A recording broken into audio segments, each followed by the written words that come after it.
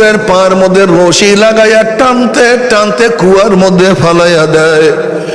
এইভাবে নাফরমানের হাত পার মধ্যে জাহান্নামের শিকল লাগাইয়া টানা শুরু করবে।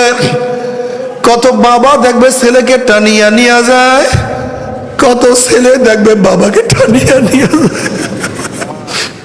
যেরকম নবী নূহ আলাইহিস সালাতু ওয়াস সালাম দেখবে তার ছেলেকে টানিয়া নিয়ে যায়, নবী ইব্রাহিম আলাইহিস সালাতু ওয়াস সালাম দেখবে তার বাবাকে টানিয়া নিয়ে যায়, আসিয়া আলাইহিস সালাতু ওয়াস সালাম দেখবে তার স্বামীকে টানিয়া নিয়ে যায়, লূত আলাইহিস সালাতু ওয়াস সালাম দেখবে তার স্ত্রীকে টানিয়া নিয়ে যায়। বাবা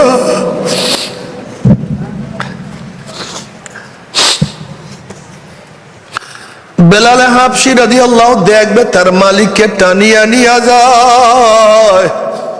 আল্লাহ তুই আমাদের সবাইকে মাফ করিয়া দাও।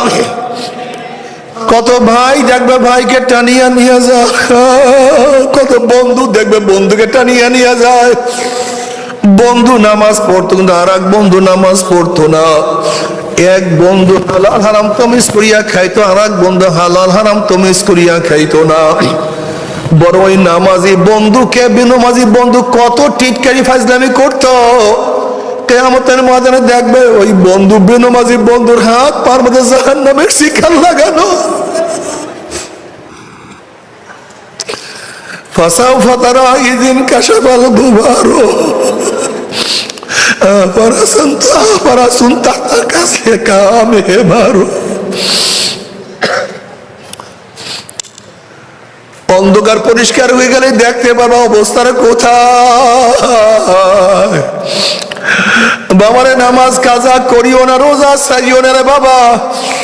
ও আমার মা বোনেরা বেপরদা হইও না।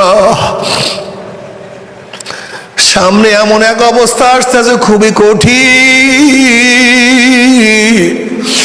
ইয়াউমা ইয়াফিরুল মারউ মিন আখিহি ওয়া উম্মিহি ওয়া আবিহি ওয়া সাহিবাতিহি ওয়া বানিহি।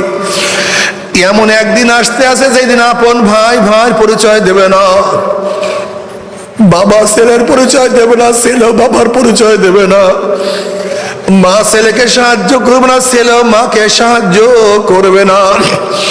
ওয়াকুলু ইব্রাহিম খলিলুল্লাহি নাফসি নাফসি, মুসা কালিমুল্লাহি নাফসি নাফসি। সমস্ত নবীরা বলবে মাওলা আমাকে বাঁচাও, আমাকে বাঁচাও, আমাকে বাঁচাও। হুশ নাই, খবর নাই। আল্লাহ